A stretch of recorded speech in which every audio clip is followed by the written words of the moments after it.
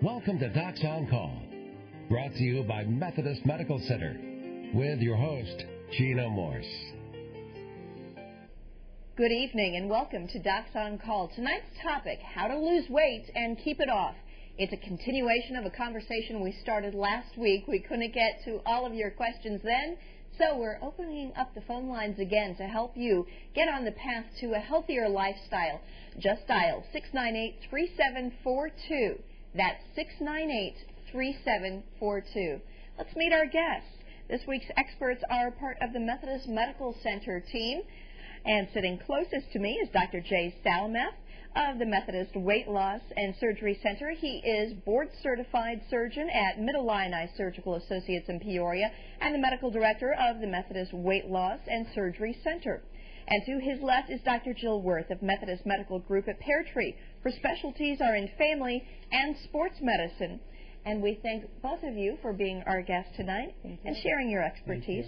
You know, an alarming 61% of American adults are overweight. Even scarier, our children are rapidly growing more obese too. So tonight we want to help you get healthy, help your kids get healthy. And Dr. Wirth, I know that you're excited because you have some personal experience here where you started on a path to say, hey, I need to shed a few pounds. Absolutely. When I first started working with Methodist, surprisingly, I weighed about 40 pounds more than I do now. And as I was counseling a lot of my patients on weight loss and their desire to lose weight, some of the recommendations I was making to them, it kind of dawned on me, why in the heck aren't I doing these things myself? And so I made some lifestyle changes, dietary changes, exercise changes, and slowly was able to lose the excess weight and feel better about myself and feel better doing the things I need to do on a daily basis. And let's face it, like most folks, you're very busy. You keep kind of a crazy schedule. Absolutely. You eat on the run. Absolutely. So there are lots of reasons that people can relate to that and why Absolutely. it is easy to pack on a few pounds here and there, and what do you know, a year later you're wondering, how did this happen? Absolutely. And it's something that it took some planning. You have to kind of prepare and think ahead, know what you're going to do on a daily basis and what kinds of opportunities food-wise and things are going to be placed in front of you. If you're going to be going out to eat, maybe you shouldn't go out to eat for lunch. Plan ahead, look at menus, see what kind of maybe healthier options are available. You don't always have to have the burger and fries. Sometimes the salad is a better option. Sometimes it's not. But planning ahead, and a lot of restaurants have menus online that can allow you to look ahead, make those decisions, and try and plan for a healthier lifestyle. Just takes a little bit of extra time. It sure does. And always change happens slowly, and then just you want to make the change slow enough, and let's say it becomes a habit. Once poor eating is a habit, the same way the healthy eating has to become a habit, and just like exercise should become a habit, so that way slow change over time, and you'll notice big change in a long time. Right, and we can't be too quick to give up because habits take time to form. Absolutely. So we got to keep working towards that healthy Correct. habit. And Dr. Salamath, I know that your specialty is in surgical weight loss and finding ways to help people who maybe have tried diet and exercise many, many times with either no success or not enough to really help them medically, and they're having lots of health problems. What kinds of trends are you seeing in your specialty? Surgery is an option when people get in the rut of losing weight and regaining the weight back over and over again, or they don't lose enough weight to see where they are getting the benefits of the weight loss before they can stick to the dietary changes. Those are the times surgery comes in to help and acts as a tool for them to lose that excess body weight of anywhere from 70 to 100, 150 pounds. And when that happens, now they have excess of energy, they can control the portions, and they will be able to keep up with the diet and exercise program. And when they have 100 pounds overweight, it becomes harder for them to even to exercise and walk and things like that. That will make it harder. And yet surgery is not a magic bullet either, right? Correct. In order for the surgery to be effective in the long run, you have to make the changes that for the necessary changes in the diet and lifestyle changes like that, including the exercise and healthy eating habits. You have to develop. The surgery gives you that window of opportunity for you for over a year to 18 months time for you to develop that healthy habit.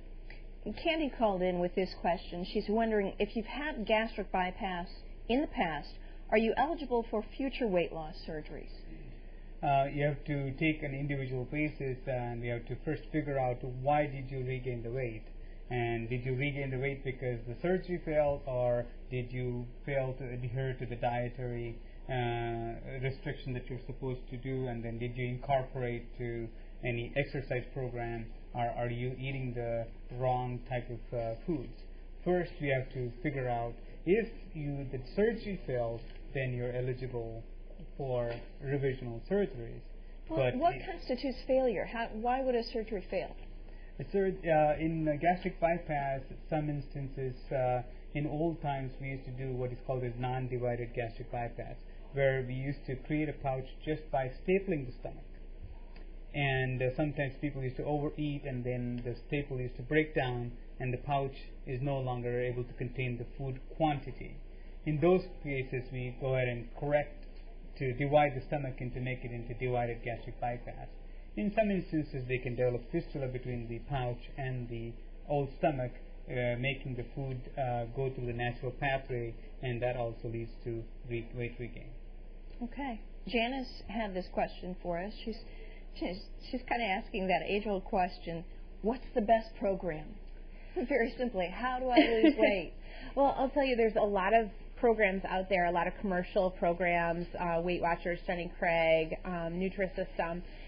Again, the basis of all of those programs, like Dr. Salimath was saying, is you got to make the lifestyle changes as well. One of the best programs that actually they've kind of compared against all the others is really Weight Watchers. And the reason why that can be successful for folks is that you're eating regular foods. It's teaching you to measure portions and control portions.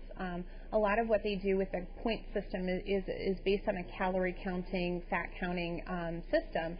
And in journaling it, writing it down kind of keeps you accountable for everything that you're putting in your mouth. And if you can restrict the calories that are going in, then we can be more accountable for how we're burning them throughout the day as well.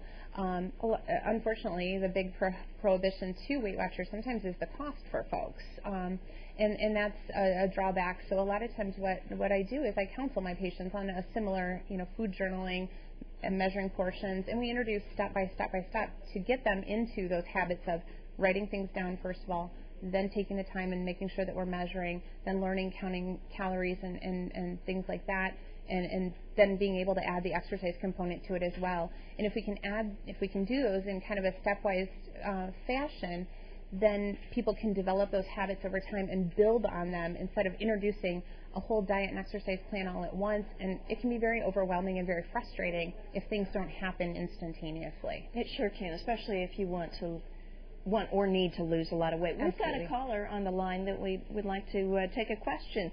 Let's hear what Jerry has to say. Thanks for watching, Jerry. What's your question?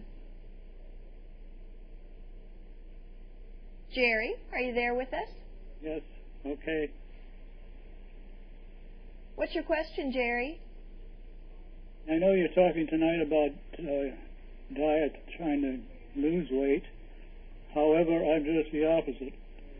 I'd like to gain some weight. I've lost 40 pounds in the last few months. I've gone to doctors and to different programs, and they tell me that if I eat more sweets and that sort of thing, I'll gain weight. But it's not working so far. I'm not gaining any weight.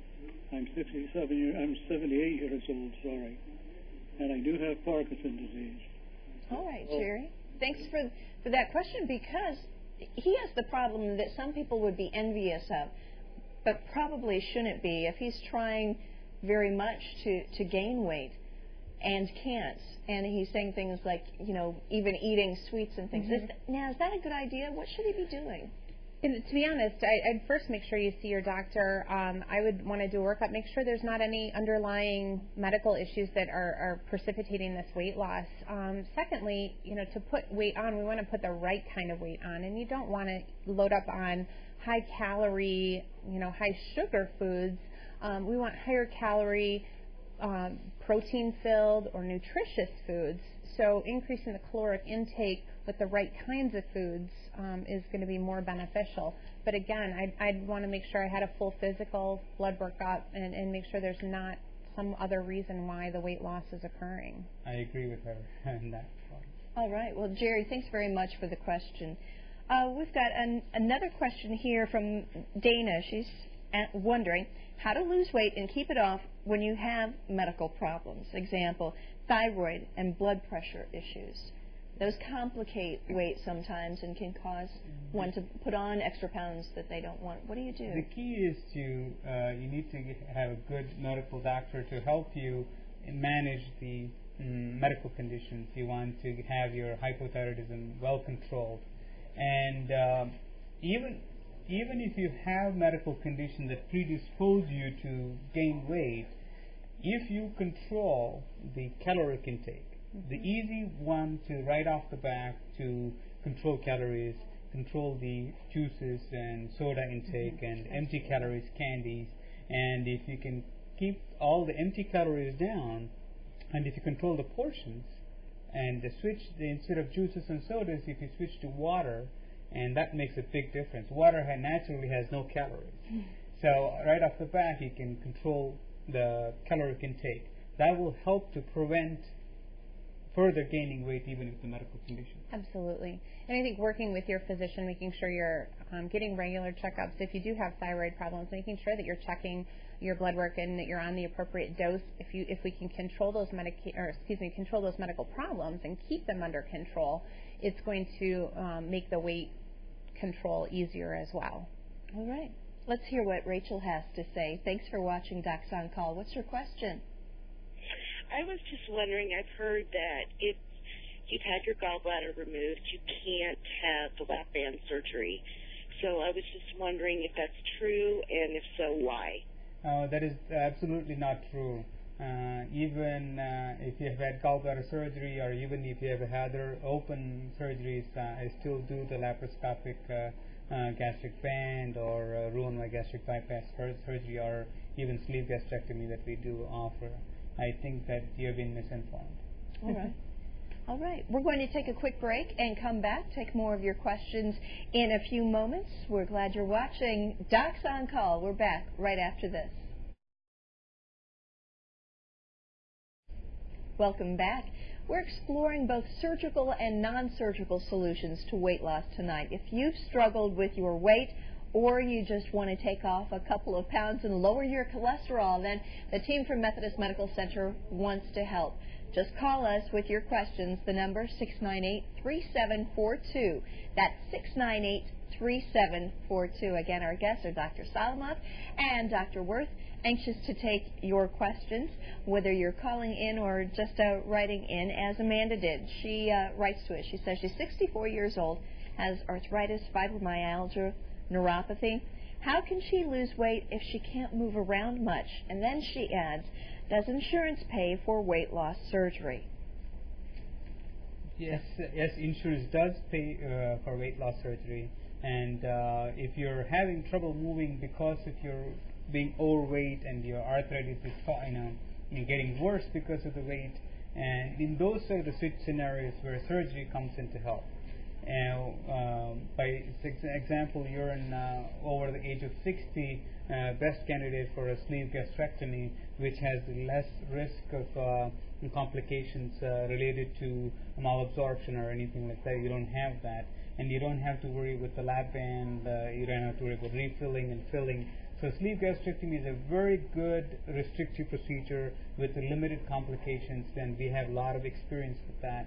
Is the gastric sleeve relatively new? It is kind of new. I've been in the Peoria area for the last 3.5 years. We have been doing for the last almost 4 years, and I have done the most number of cases in the central Illinois and almost in Chicago area also.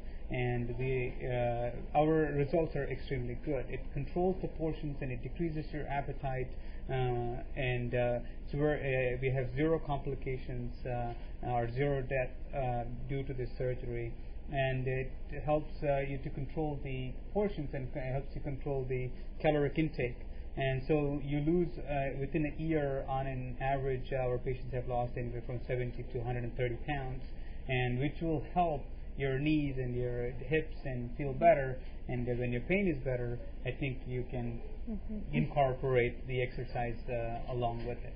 Absolutely. And one thing, when you do have some of those arthritic and musculoskeletal problems with exercise, one option is to think about water exercise. It's a way to use the buoyancy of the water to support the weight, still be able to move and be active. And there's lots of different places around town that offer some programs with that. So there are some other options to exercise. You know, we traditionally think of walking and aerobics and things like that, but sometimes thinking outside the box to compensate for the maladies that we have can be helpful too. Very good. Tim's on the line now. Tim, thanks for watching Doc's On Call. What's your question? Well, I was wondering about the benefits or negatives of artificially sweetened drinks like Crystal Light or Diet Pops or things like that. So I'll hang up and listen to your response. Thanks. Well, Tim, thanks for that question. Yeah, sometimes water, you get really tired of water, so absolutely you want to add something into it, or drink a diet soda. Is that good or not? Well, there's some controversy on that. Obviously, by doing the diet sodas or the Crystal Lights, you're going to be consuming a lot less calories than if you were to have a regular soda or a regular sugar-filled juice. However, when we are kind of craving that sweet, that artificial sweetener doesn't always satisfy that craving. And sometimes we drink that diet soda or we drink that Crystal Light, and then we have a piece of cake or we have something else to try and satisfy that sweet craving that we had in the first place. Because it's that artificial, it doesn't always satisfy that food craving that we're desiring. And by not satisfying that craving, we sometimes continue and overeat inadvertently because of that. I agree with her, and there is studies that have shown artificial sweeteners in Diet Coke and Diet sodas tend to increase the actual sweet craving, and increases the people to not only crave for sweet, and also they get psychological thing, I'm drinking diet thing, and I might extra portion. Mm-hmm. But on the other hand, we do use in post-gastric bypass surgery, we live in central Illinois, water doesn't taste good because of all the minerals in it. Most patients do ask, we don't like the taste of the water, can we use Crystal Light? In our post-surgery patients, we do use Crystal Light supplement to add the taste to the water, which becomes more as a advantage for the people to encourage water intake over the soda and juices. All right. So is there also a lesson there, too? Is it okay, then, to have that regular soda every once in a while? Is that more likely to satisfy that sweet craving so that we don't then go on and eat that big piece of chocolate cake, too? I think there's a caveat there in that everything in moderation. And correct. Again, if you are kind of accounting for those calories and not then overeating and justifying that having that piece of cake also, yes, it becomes a problem when you have some folks that are drinking a 6-pack of regular soda a day. They're consuming nearly 900 calories just in soda, which isn't providing them any nutritional advantages, and it's giving them nearly half, in most cases, of their caloric intake for the day, and not likely are they only eating 900 calories right. on the flip side of that. So there's some give and take there. Sure is. All right, let's hear what Melinda has to say. Thanks for watching. What's your question for our experts? Actually, I have a comment. Dr. Salimath is my surgeon, and I just wanted to say I feel wonderful. I had my surgery done a year in December, and I feel awesome. I've lost over 100 pounds, and I've never felt better. Thank you. Fantastic. Congratulations, Melinda, and good luck keeping it off, because it's a long-term solution we're looking for, right? Correct. In the long term, even though surgery has helped you to lose that much weight in the short term, and when the surgery effect it slows down in that 18 months to 2 years, I'm hoping that you have made the changes of understanding the diet and eating smaller portions of food and staying away from the high-calorie liquids. And do you encourage your patients? Do your patients need to come back and see you regularly as well, besides their primary care physician? Correct. We follow after the surgery at 2-week interval, and 2 months, and 6 months, and 1 year, 18 months, and then 2 years. After 2 years, we follow them at least every year, at least until 5 years. And the studies have shown over and over again people that have good support system, support of the family, support of their family doctors and their friends, and the support of the surgical weight loss team and their dietitian helps them to lose and maintain the weight loss longer period of time than people that don't follow. So it is very, very important for them to follow with their medical professionals. Very good. Let's hear now from Richard. Thanks for watching Doc's On Call. What's your question? Yes. All you ever hear on television is losing weight. How can I gain 10 to 15 pounds? I had surgery on late October, November 08. I lost 34 pounds. I went down to 134 from 168. I'd like to get back to 155 to 160. I'm stuck on about 150. What should I eat to gain? The key is you can start like nutrition supplements that are available, like Ensure. You can use Boost and the nutrition supplements that have extra calories per volume of food. If you can add that, I think that will help to gain the weight. And that's a good balance of calories with some of the protein, fiber, and other things, as opposed to eating some of the high fat, high calorie, with little nutritional advantage foods. So. All right. Thanks for the question, Richard. Selena is on the line now. Thanks for watching Doc's On Call. What's your question? Well, I actually have a comment. I just recently started doing the Special K diet and I've had this treadmill forever, so I'm on this treadmill 3 times a week. And along with, you guys are just talking about how to cure the cravings, the sugar cravings that you have, because you just need to have that sugar. They have all kinds of things in the store, like the 100-calorie cookie pouches and things like that, but they are so expensive.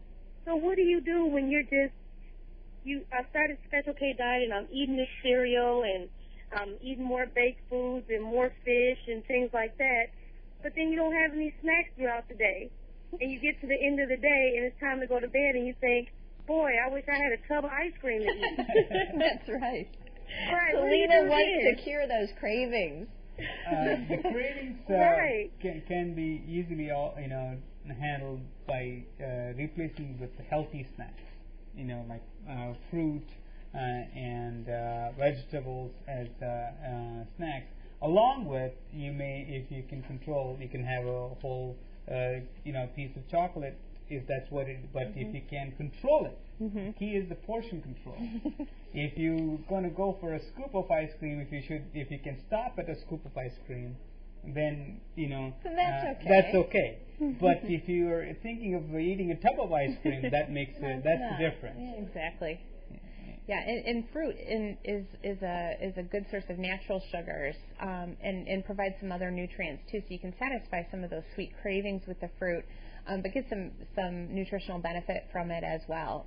Carrots are a sweet vegetable that have that kind of sugary taste. Peas are usually on the sweeter side, so you can satisfy some of those sweet cravings with more nutritional foods. Well, and Selena mentioned some of those snacks at the store, the 100-calorie snacks, not only being expensive, but what you get for your 100 calories is usually pretty small. But if you can eat an apple and an orange, that's probably more filling. And another thing that people tend to forget is the act of cooking.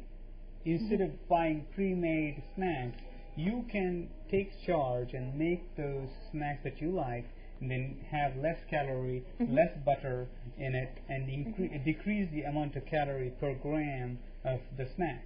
And it's a lot of times when you get in the act of cooking itself, that suppresses your cravings for those sweets also. That's really good advice. We just have to take time to do it, right? Absolutely. Hey, Tiffany's on the line now. Thanks for watching. What's your question for our doctors?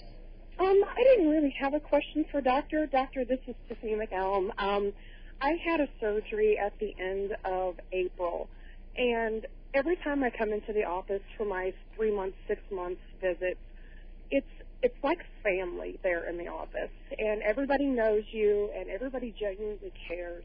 And I just wanted to tell Dr. Salimath, thank you for everything that you've done My life has completely changed.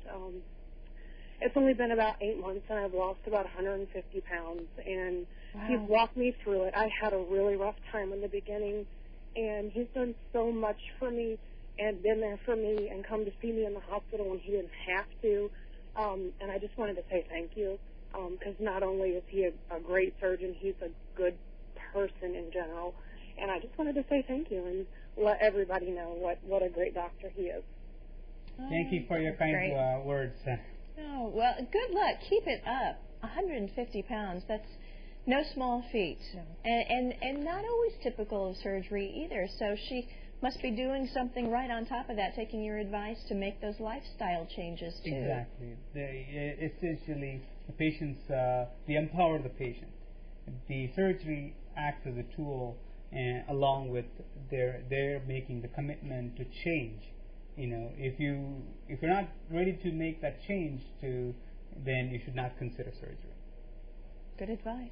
And Dr. Wirth, I know that you talk to your patients all the time too about making those lifestyle changes. And all they have to do is look at you and say, "Hey, I did it." I try to be a good example for them. If I'm going to talk the talk, I better walk the walk. That's right. Well, to you both again, we thank you for answering the questions tonight and your advice. And thank you to our viewers at home for watching.